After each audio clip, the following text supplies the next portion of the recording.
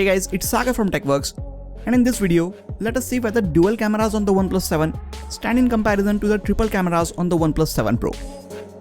One of my friends said that the OnePlus 7 Pro is better just because it has 3 cameras at the back, and I really wish the comparison was as simple as that, because then it would have saved me from the trouble of making this video. OnePlus 7 Pro is 16,000 rupees costlier than the OnePlus 7, and many people are confused as to which one will be right for them. If camera is the main deciding factor for you, then you clicked on the right video. Because in this video, I will tell you whether you should spend close to 50,000 rupees and get the triple camera setup on the OnePlus 7 Pro, or should you save a bunch of cash and choose the regular OnePlus 7 instead. Without any further ado, if you are new to this channel, then quickly press the subscribe button and the bell icon next to it. That way, you won't miss out on any of the amazing videos coming up on this channel, and we could quickly move on with this video. To save us some time, instead of telling you all the camera specs on both these phones, I will list them down here in this slide. You can pause the video and go through them if you want. Other than having on-screen buttons to switch between the 3 lenses on the 7 Pro, rest of the camera settings and interface are similar on both the phones. Both of them are running the latest version of Oxygen OS available for them at the time of uploading this video, which is 9.5.8 for the OnePlus 7 Pro and 9.5.5 for the OnePlus 7. Since the primary camera on both the phones is the same, they capture similar amount of details in these bright lighting conditions. Now, although the camera hardware and processor on both the phones is same, there is still a slight difference in the way that both of them capture and process colors. 7 Pro tends to make the scene a bit warmer than it actually is, while the regular OnePlus 7 shows more accurate looking colors. There is also a slight green tint and more contrast in the images from the OnePlus 7 Pro. Now, I don't know if the difference is because both these phones are on different version of Oxygen OS, or if there is some other reason for this color and white balance shift. OnePlus has released a few software updates for the 7 Pro, and with each update, they claim to have fixed some of the other issues that the cameras initially had. But honestly, I still don't see any major improvements to the camera. All the images that we saw until now were 12 megapixel images, which use pixel binning to combine information from 4 pixels into 1 pixel. This gives us more details and sharper images compared to the images from a native 12 megapixel sensor. If you want to take higher resolution images, you can switch to 48 megapixels from the Pro mode. These images have larger file size, but the difference between these and the 12 megapixel images is virtually indistinguishable, especially if you are viewing these images on a screen of a smartphone. So my suggestion will be to stick with the default 12 megapixel mode. Now on the 7 Pro, you get 2 extra lenses with different focal lengths, which allows you to take wide, normal and zoomed images like these. Regular OnePlus 7 also gets a 2x zoom option, but these are just digitally zoomed images from the primary sensor. Its secondary lens is only used for sensing depth information for portrait shots. It is great to have various focal lengths on a smartphone, but the wide lens on the 7 Pro gives very soft images, especially towards the edges. This problem has been there from the beginning, and it has not yet been fixed. This 3S lossless zoom lens was also giving a bit softer images at the beginning, but this one has got a bit sharper with software updates. The 2x zoomed images from the OnePlus 7 look good, but know that these are just digitally zoomed images, and you might notice a bit more noise and less details in them in certain situations. When I made its dedicated camera review, 7 Pro had some major issues with focusing. Since then, OnePlus has released 2 software updates, one of which was supposed to fix this issue, but like with most of the other issues, this one is still not fixed. Regular OnePlus 7 on the other hand has no issues with focusing. While taking these close-up and macro shots, I had to make quite a few attempts to make this 7 Pro focus on the nearby object perfectly. This is a problem which you might face while taking close-up shots, but it is not a big worry when you're trying to capture far-away objects or scenes. Coming to the portrait shots, composition from both the phones is very different. 7 Pro uses the telephoto lens to gather information for these portrait shots, so you have to stand pretty far away from your subject, but the background is nicely compressed like you would get from a DSLR camera. OnePlus 7 on the other hand uses depth information from the secondary lens, which has same focal length as the primary camera. Advantage of this is you don't have to stand too far away from your subject, but the background in its portrait shots is not as compressed. Both are doing a good job with edge detection, but they can definitely use some refinements via software updates. I would also like the subjects in my portrait shots to be a bit more sharper, so I am not very satisfied with the portrait shots from either of these phones. Both of them do a much better job with colors, sharpness and edge detection while they are taking portraits of objects.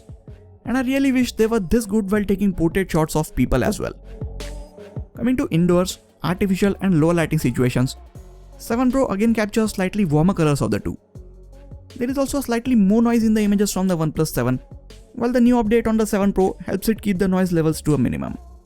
Both phones have optical image stabilization, but in the marketing material, OnePlus says that the 7 Pro has a hair wider aperture of f1.6 against f1.7 aperture of the OnePlus 7.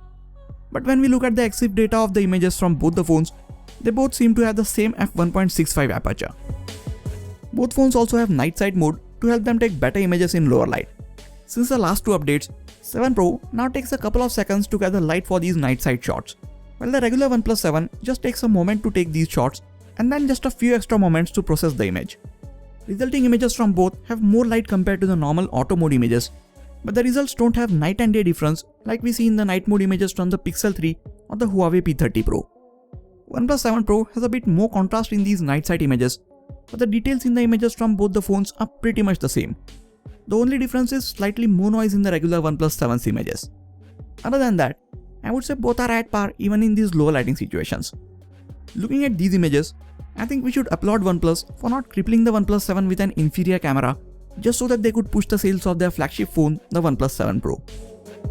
That brings us to the front-facing cameras. Let me tell you straight away that I prefer the selfie camera on the regular OnePlus 7 to the pop-up selfie camera on the OnePlus 7 Pro. OnePlus assures us that the mechanism and the camera module itself is strong enough to withstand most of the day-to-day wear and tear. But I'm more concerned about dust and debris being stuck in the mechanism with time, and the chance of camera lens being scratched with all the dust and small particles that always seem to be present in the atmosphere. Anyways, now let's move to the quality of these selfie cameras. Both the 16 megapixel cameras capture adequate details, but the selfies from the regular OnePlus 7 appear a bit sharper of the two. It also shows slightly better colors and skin tones, while the 7 Pro tries to saturate the skin tones in its selfies. Coming to the portrait selfies, you can again see a tad sharper subjects in the selfies from the OnePlus 7 with better skin tones. Edge detection is pretty much similar, and both can use some refinements to make it even better. Both also show good dynamic range from the front-facing cameras in normal and portrait selfies as well. Here's a video from the front-facing camera of the OnePlus 7 Pro and the OnePlus 7. You can see how both of them are handling the overall colors of the scene, exposure, and stabilization when I'm walking around with them. OnePlus 7 Pro seems to capture better and louder audio of the two. When it comes to shooting videos, 4K 30 and 1080p 30fps videos get electronic stabilization on both the phones. But for some reason, EIS on the OnePlus 7 doesn't seem to be working very well while shooting 30fps videos right now. Hopefully it is just a software bug and will be fixed with one of the future software updates. 4K 60 and 1080p 60fps videos get optical stabilization, and you can see how smooth these videos are from both the phones. You can play these videos as they are, or put them on a 30fps timeline and play them back at half the speed to get more cinematic look, which makes them look even smoother. Both can take 1080p slow motion videos in 240fps and 720p super slow motion videos at 480fps. While shooting slow motion videos with these or any phones, make sure to do it in ample light, because shooting these videos indoors will result in dark grainy videos, or if you are shooting in artificial light, there will probably be a lot of flickering in those videos. Now don't worry, if this happens, there is nothing wrong with your camera. It is just that slow motion videos need a lot of light. Ideal conditions for shooting these videos is outside when the sun is up and there is lot of light all around. So after looking at over 60 image and video samples, do you really see noticeable difference between the OnePlus 7 and 7 Pro's images? Chances are that most of you can't, and for those, OnePlus 7 is a better choice if good cameras are what you're looking for. You also save a bunch of money and get most of the similar specs as the OnePlus 7 Pro.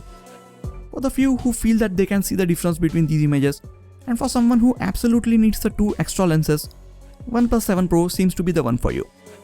So as you can see, finding out whose cameras performs better is not as simple as saying the one with more cameras automatically performs better. There is a lot more that goes into it.